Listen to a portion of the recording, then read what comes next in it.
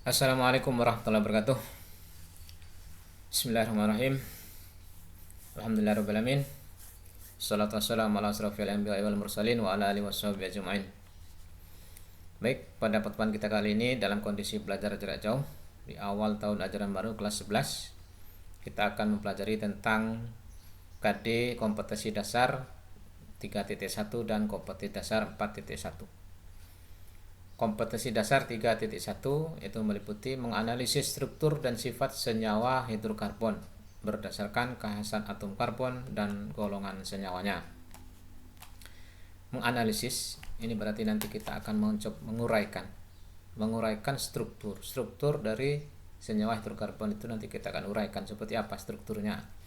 Yang semula tidak terlihat bisa terlihat. Struktur, ingat struktur mungkin dari bangun ruang matematika, kita sudah bisa struktur bangun, struktur rumah, struktur gedung, apakah dia segi empat, apa dia segi kubus, apa dia bujur sangkar. Kita akan menganalisis strukturnya siapa? Struktur dari senyawa hidrokarbon. Selain kita akan menganalisis strukturnya, kita juga akan mempelajari sifatnya. Sifatnya ada dua nanti, ada sifat fisika, ada sifat kimia. Ada dua macam senyawa hidrokarbon. Hidrokarbon ini berarti dia unsurnya terdiri dari hidrogen dan karbon. Ini akan dipelajari dalam satu KD khusus 3.1. Berdasarkan apa kita akan menganalisis struktur? Berdasarkan apa kita menganalisis sifatnya? Dia berdasarkan kekhasan atom karbon. Apa kekhasan atom karbon? Ciri khas atom karbon adalah dia bisa berikatan dengan atom karbon yang lainnya, membentuk ikatan rantai karbon yang sangat panjang. Ciri khasnya adalah dia antar atom karbon bisa berikatan satu sama lain, membentuk ikatan rantai karbon yang sangat panjang. Ini adalah ciri khas atom karbon dibandingkan dengan 118 unsur yang ada di dalam sistem periodik. Dia bisa membentuk ikatan yang sangat panjang. Dan golongan senyawanya, karena atom karbon ini bisa membentuk ikatan rantai karbon seperti rantai, ada 2 rantai, 3, 4, 5 rantai dan panjang, maka dia akan membentuk berbagai macam jenis senyawa. Sehingga karena saking banyaknya jenis senyawanya itu nanti akan digolong-golongkan berdasarkan sifatnya, berdasarkan sifat kimia, berdasarkan sifat fisikanya, berdasarkan kesamaan lainnya dari senyawa hidrokarbon ini. Itu ya 3.1. Kemudian 4.1 kita akan membuat model visual. Jadi ada struktur mikro senyawa hidrokarbon tidak terlihat, maka kita akan mencoba membuat model visual dari senyawa hidrokarbon ini biar terlihat. Dari apa? Dari berbagai strukturnya. Apakah dia segi 4, apakah dia segi 3, apakah dia limas, apakah dia piramid. Dia akan membuat model visualnya. Berdasarkan apa? Di lab kita punya molimod, nanti kita akan rangkai atom karbon dengan atom karbon yang lainnya dengan hidrogen yang lainnya sehingga bentuknya seperti apa. Molekul hidrokarbon yang memiliki rumus molekul yang sama. Nah, ini ternyata walaupun rumus molekulnya sama, ternyata strukturnya bisa bermacam-macam. Rumus molekulnya sama, strukturnya bisa bermacam-macam. Kita akan mencoba membuat model visualnya ini di laboratorium, nanti di sana ada molimod. Kalau tidak sempat ke sana, kita akan ada model kimia molekul, nanti akan saya sampaikan di video berikutnya. Itu ya tujuan pembelajaran kita kali ini, ada 2, 3.1 dan 4.1. Baik, memasuki materinya. Hidrokarbon tadi di depan sudah disampaikan bahwa namanya hidrokarbon adalah senyawa yang terdiri dari hidrogen dan karbon. Dari hidrogen dan karbon. Lalu klasifikasinya. Karena hidrogen dan karbon, kemudian antar karbon dengan karbon dapat membentuk berbagai macam ikatan antar karbon yang sangat panjang, maka akan terbentuk berbagai macam jenis senyawa hidrokarbon. Ada yang alifatik, ada yang siklik. Bayangkan saja ini ada seperti rantai ada itu tersusun dari satu lingkaran kecil berganding-ganding bentuk rantai yang sangat panjang. Rantai panjang itu kalau putus dia bentuk lurus, namanya alifatik. Kalau rantainya itu bergabung satu sama lain, dia akan bentuk lingkaran. Berarti dia jadinya jenis hidrokarbon yang melingkar, siklik. siklus, lingkaran. Yang ini tidak melingkar tapi menjuntai, seperti rambut menjuntai. Kemudian yang menjuntai, yang lurus, ini ada 3 lagi jenisnya. Ada alkana, ada alkena, ada alkuna. Apa alkana itu? Dia dikatakan hidrokarbon yang jenuh. Alkena hidrokarbon yang tak jenuh. Alkuna hidrokarbon tak jenuh. Kemudian yang siklik, yang lingkar itu pun ada 2 lagi. Ada yang jenisnya aromatik, ada yang jenisnya alisiklik. Alisiklik, ali ini berasal dari alifatik, diambil alinya saja. Sebetulnya siklik diambil sini, berarti di sini adalah alifatik bergandengan dengan siklik, namanya alifatik siklik, disingkat alisiklik. Berarti ada yang melingkar, ada yang menjuntai. Itu secara klasifikasi hidrokarbon secara umum.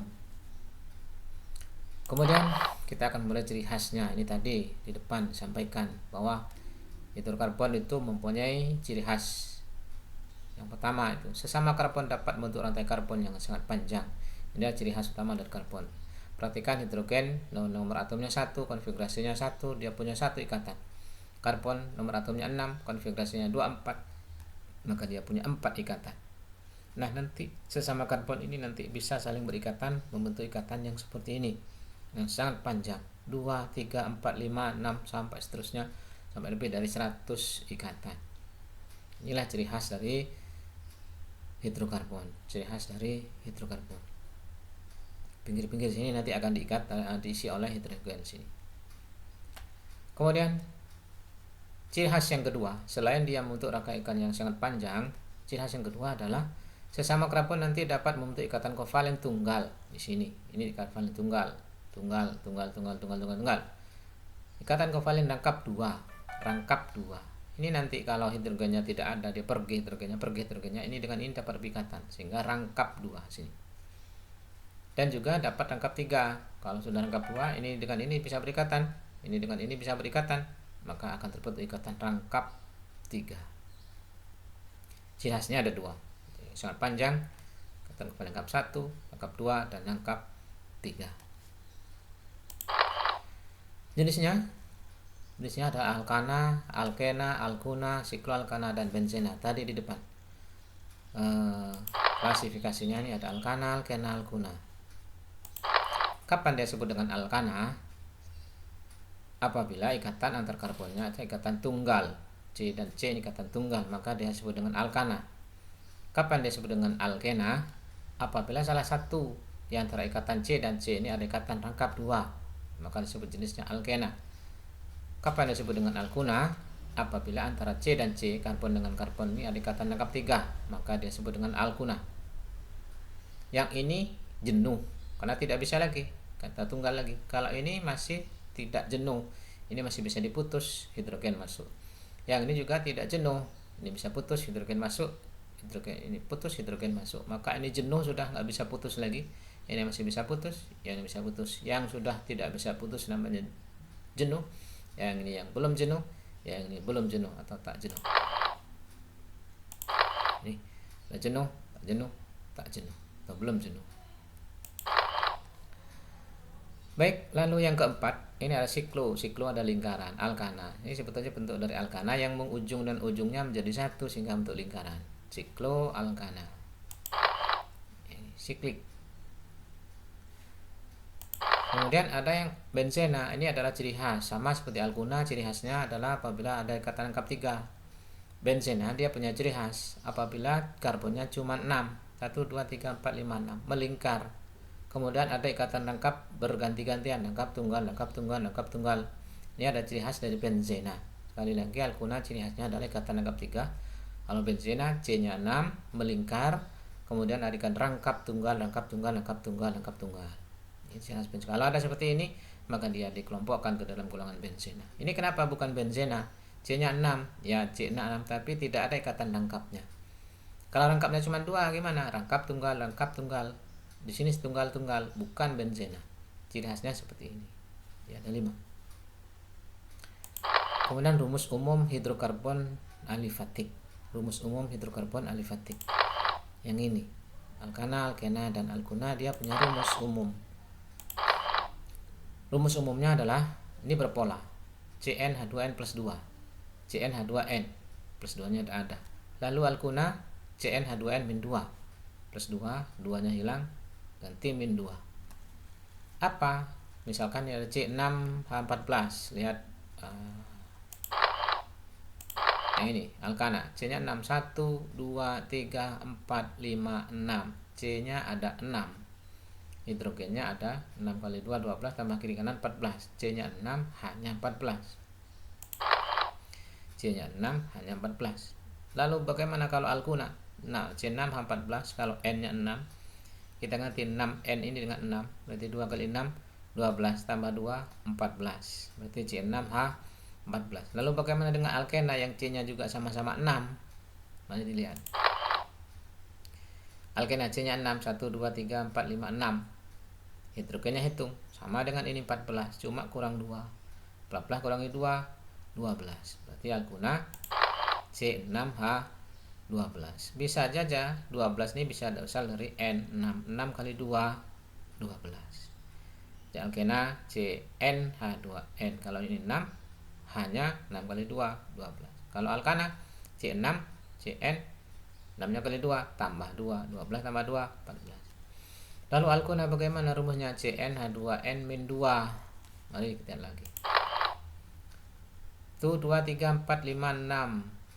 C nya 6, hidrogennya berapa? Hilang 2, hilang 2, kurang 4. Berarti ini kan 14 tadi. Berarti C6 14 kurang 4, 10. C6H10. Coba masukkan N nya ini 6. C6 6, 2 kali 6 12 dikurangi 2, 10. C6H10. Ini adalah rumus umum untuk alkuna. Sama-sama 6. Sama-sama 6, tapi jumlah hidrogennya berbeda.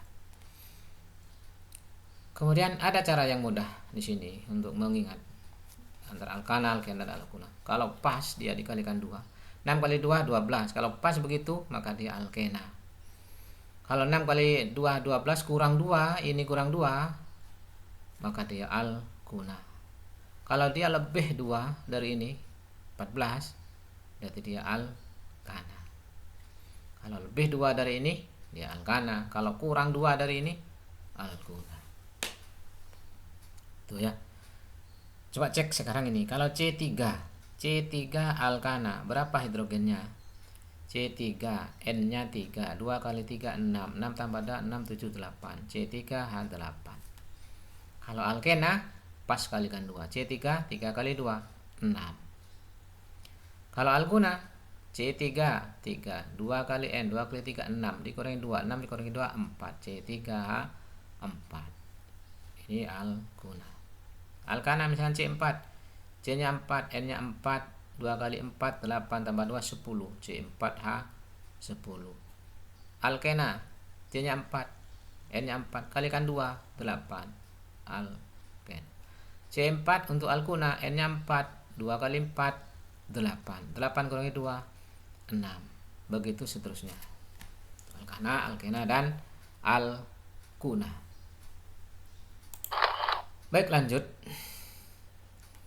Ini tadi kalau ikatan sigma dan ikatan pi. Ikatan apa saja yang ada pada hidrokarbon? Ada 2 jenis, yaitu ikatan sigma dan ikatan pi. Ini ada etana, dia 2 seperti ini, karbon dengan karbon, kemudian karbon dengan hidrogen jadi seperti ini. Ini masih bisa karena ikatannya sama, tunggal. Kalau kita gambarkan bentuk model hibridisasi, model teori atau modernnya, jadinya seperti ini. Adu kepala ketemu kepala seperti ini. Namanya ikatan sigma. Kalau pada ikatan rangkap seperti ini, C-nya 2 ada rangkap 2-nya. Ini dengan ini masih adu kepala. Ini dengan ini adu kepala. Rangkapnya ini adalah satu saja yang adu kepala, lalu satu ini ternyata adu sisi. Tidak dua-duanya adu sisi tidak. Satu dia harus adu kepala, harus ikatan sigma, baru berikutnya yang kedua dia ikatan pi. Mana yang lebih kuat, ikatan sigma dengan ikatan pi? Lebih kuat ikatan sigma, karena ini cuma nempel saja. Yang ini sudah bersatu betul-betul, sama dengan ini dia sudah bersatu betul-betul. Ini hanya nempel saja, maka ini mudah putus, sehingga alkena itu bisa lebih mudah putus daripada alkana, dan lebih mudah diadisi karena satu ikatannya ini adalah ikatan pi. Ikatan pi lebih mudah putus daripada ikatan sigma, jika ini lebih mudah bereaksi. Kemudian kalau ikatan lengkap 3, lengkapnya ada 3, lengkap 3, 1, 2, 3. Kalau kita gambarkan, ini ikatan sigma, lalu bagaimana yang 3 ini? Yang 3 ini kalau kita gambarkan seperti ini, ikatan sigma adu kepala. Ternyata di sini adu kepala cuman 1, yang di tengah ini ikatan sigma. Lalu yang atas bawah ini ikatan pi, nempel saja sebelah, nempel saja. Ini yang kuat, yang lemah, ini yang lemah.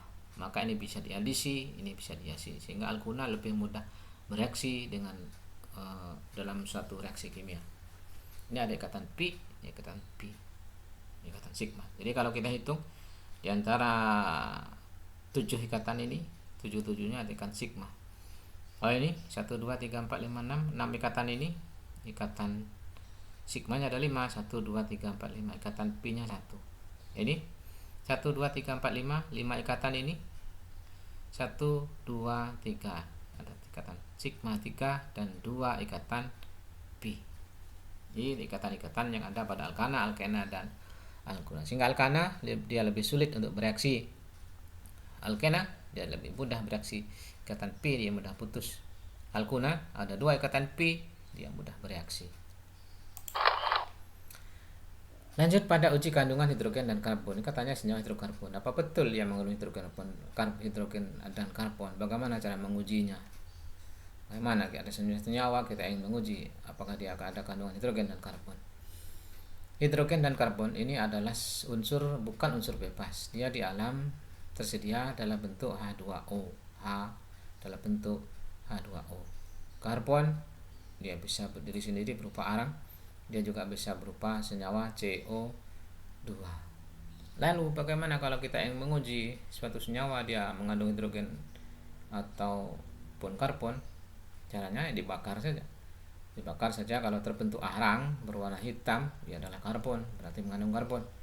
Bagaimana kalau arangnya tidak terbentuk? Misalkan bensin dibakar, tidak terbentuk arang. Bagaimana kita menguji apakah bensin itu mengandung hidrogen dan karbon? Caranya dipanaskan. Panaskan jangan sampai terbakar. Dipanaskan sampai terbakar. Sehingga menghasilkan gas CO2 dan gas H2O. Sampai terbakar sehingga menghasilkan gas CO2 dan gas H2O. Lalu gasnya ini tampung, masukkan ke dalam satu larutan air kapur. Larutan air kapur yang berwarna bening. Larutan air kapur itu rumus kimia adalah CaOH 2 kali. Kalau nanti benar bahwa ada gas CO2 yang masuk ke dalam air kapur ini terus menerus sampai banyak, maka ini nanti lama-lama akan keruh berwarna putih, membentuk endapan kapur. CO2 dia akan bentuk endapan kapur, dia akan berwarna putih. Maka kapur ini kalau dipanaskan, mungkin pernah melihat ada kapur dicelupkan ke dalam air akan menggelembung, menghasilkan panas lalu menghasilkan uap gas. Nah, uap gas itu adalah CO2 yang dilepaskan. Ini kalau reaksinya balik, ini dipanaskan campur air, dia akan menjadi CaOH 2 kali dan ada gas CO2 yang lepas. Kalau reaksinya kita balik, air beningnya itu kita ambil, siapkan, lalu kita paksa ada masuk CO2 ke dalam sini sampai banyak CO2-nya, maka akan terbentuk air kapur, akan terbentuk kapur lagi. Gas ini akan berwarna putih. Kalau endapan putih terbentuk, maka betul bahwa gas di sini adalah gas CO2. Berarti senyawanya ini mengandung karbon. Lalu bagaimana menguji H? H ini dalam senyawanya dia berupa air H2O. Kita bisa menguji dengan kertas kobal. Kertas kobal ini kalau kering dia berwarna biru. Celupkan kertas kobal ke dalam air, maka dia akan berwarna merah muda. Jadi kertas kobal kalau dengan air dia akan berwarna merah muda. Lalu bagaimana kalau kita ingin menguji? Ya kalau air langsung dicelupkan bisa berwarna merah muda, betul itu air. Bagaimana kalau berupa gas? Ya dipaparkan saja kertas kobalnya di atas gas ini. Kalau gas ini ada gas H2O-nya, maka berarti gas ini kertas kobal ini akan berwarna merah muda. Kalau tidak ada H2O-nya, tidak ada gas H2O-nya, kertas kobalnya tetap berwarna biru. Karena uap ini kan panas. Kertas kobal kering panas dia berwarna biru. Tapi kalau uapnya ada mengandung uap air, maka dia akan berubah menjadi kertas merah muda. Kertas kobal merah muda. Itu cara menguji suatu senyawa itu mengandung hidrogen atau mengandung karbon. Nafas kalian juga mengandung CO2. Bagaimana cara menguji apakah betul nafas kalian itu CO2? Tiupkan saja, ambil saja air kapur bening, tiupkan saja kalian nafas kalian pakai pipet, tiupkan sampai menggelembung sampai lama, maka di sini lama-lama kelamaan akan terbentuk endapan putih. Itu menunjukkan bahwa nafas kalian itu mengandung CO2. Biar cepat bagaimana? Jangan satu orang, kelilingi 6 orang, tiupkan bersama-sama, maka sini nanti akan terbentuk endapan putih keruh yang sangat banyak sekali. Itu menunjukkan bahwa nafas kalian mengandung CO2. Gitu ya. Pada sepeda motor juga ada knalpot, itu mengandung CO2. Tampung saja knalpot sepeda motor itu, masukkan ke dalam larutan air kapur yang bening, masukkan sini sampai banyak, maka lama-kelamaan dia akan ada endapan putih. Berarti knalpot itu mengandung CO2. Loh, kok knalpot mengandung CO2? Nafas kalian itu sama seperti knalpot sebetulnya. Cuman knalpot itu ada di belakang, kalian ada di depan. Itu ya. Baik, berikutnya adalah urea. Urea ini adalah senyawa sintetis pertama. Senyawa sintetis pertama yang bisa dibuat dari bahan anorganik. Ya, masuk senyawa organik sebetulnya, tapi bisa ditetes dari senyawa anorganik di laboratorium. Ini adalah pondasi awal revolusi industri pengolahan pupuk yang bisa diolah sangat banyak tanpa mengandalkan pupuk kandang atau pupuk sejenis yang lainnya, pupuk kompos dan itu, karena itu terbatas produksinya. Tahun 1880, Frederick Wahler ini berhasil mensintetis pupuk jenis organik dari bahan anorganik di laboratorium. Bagaimana caranya? Dia mereaksikan perak sianat dengan amonium klorida. Perak sianat ini dengan amonium klorida direaksikan, Ag ini logam, ini non logam sangat kuat, maka Ag dengan Cl ini akan berikatan membentuk AgCl. Lalu lepas yang lain membentuk amonium sianat. Lalu amonium sianat ini diambil, dipanaskan. Dalam ini ternyata melakukan reformasi struktural. Kayak politik aja. Reformasi struktural. Jadi strukturnya bukan NH4OCN, sama tetap N-nya ada 2, hanya 4, O-nya 1, C-nya 1. Cuman ikatannya diubah lagi bentuknya. Susunannya diubah lagi. Bentuk seperti ini. Jadilah urea. Lihat saja. N-nya 2, ini N-nya 2. Hanya 4, C-nya 1, C-nya 1, O-nya 1, O-nya 1. Berubah struktur. Juga berubah sifat urea. Urea ini ternyata dibutuhkan oleh tumbuhan sebagai pupuk. Pupuk yang bisa disintetis pertama kalinya di laboratorium sehingga diproduksi massal. Sehingga dalam dunia pertanian terjadi revolusi industri di bidang perpupukan. Itu urea, penemunya adalah Frederick Wahler tahun 1880. Itu ya tentang hidrokarbon, sekilas tentang hidrokarbon. Dari semua tadi yang kita pelajari, coba ada evaluasi, silahkan dikerjakan. Ini dikerjakan. Apakah sumbangan besar Frederick Wahler terhadap perkembangan ilmu kimia? Apakah yang dimaksud dengan hidrokarbon? Sebutkan bagaimana cara membuktikan bahwa senyawa organik mengandung karbon dan hidrogen. Sebutkan sumber dan kegunaan hidrokarbon dalam kehidupan sehari-hari. Hidrokarbon yang kalian kenal itu apa? Tunjukkan dan tentukan jumlah ikatan pi dan sigma dalam senyawa berikut. Tunjukkan ini ikatan apa, ini ikatan apa, ini apa, ini apa, ini apa, ini apa, ini apa, ini apa, ini apa, ini apa, ini apa, ini apa, ini apa.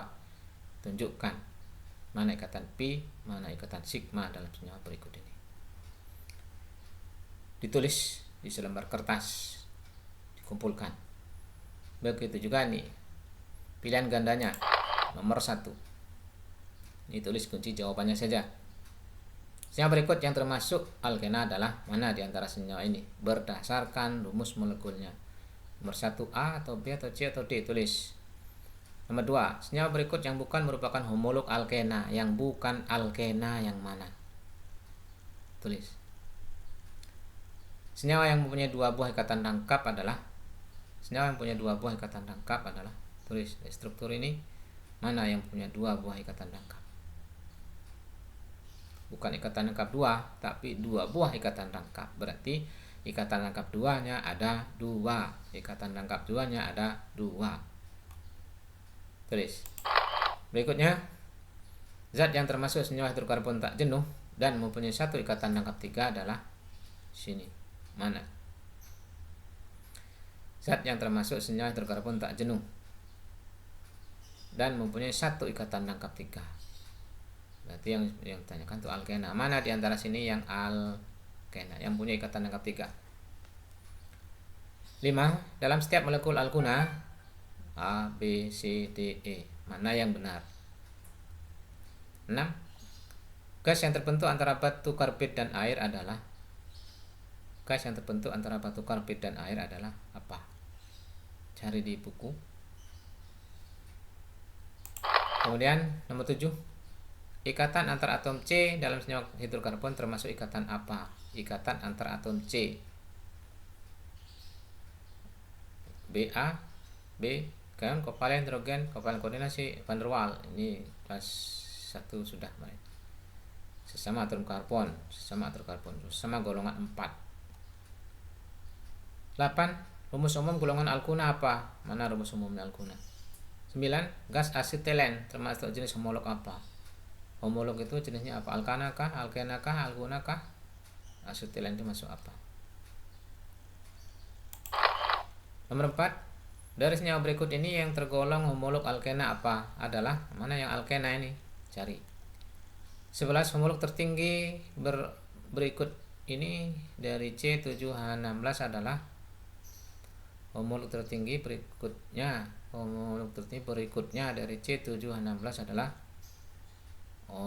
homolog itu berarti yang sejenis. Maksudnya kalau ini alkana, mana ada alkana yang lain?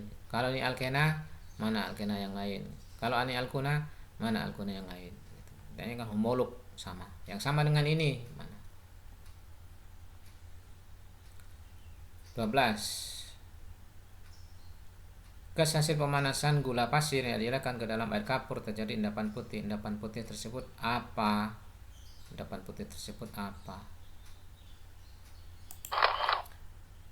Suatu hidrokarbon mempunyai rumus empiris CH. Rumus empirisnya CH. Rumus empiris itu adalah rumus dengan perbandingan yang sederhana. Misalkan C2H2, berarti rumus empirisnya CH, sama-sama dibagi 2. Jika MR senyawa tersebut adalah 26, maka rumus molekulnya adalah, cari rumus molekulnya. Senyawa hidrokarbon adalah senyawa yang molekulnya terdiri dari senyawa hidrokarbon adalah senyawa yang molekulnya terdiri dari apa hidrokarbon itu? Nah, 15. Rumus asetilen adalah asetilen, cari di buku. Rumus asetilena ini gas karbit. Kenapa? Karena di luar tuh banyak dipakai karbit. Orang ngelas pakai karbit, orang main mercon tanah pakai karbit, orang main tembakan pakai paralon tuh pakai karbit, orang memasak mangga pakai karbit. Gasnya itu rumusnya apa? Cari. Ini yang pilihan ganda, tulis saja kuncinya 13A-CH2, 14A atom karbon, nomor A dan jawaban.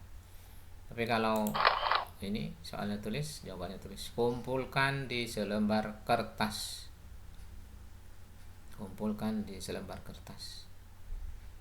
Itu ya. Sampai sekian dulu.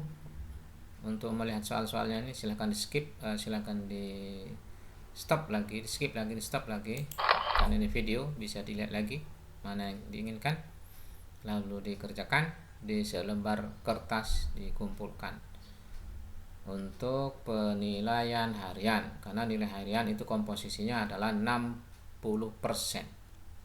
Komposisi nilai harian itu 60% di nilai rapat. Begitu untuk pertemuan kita kali ini.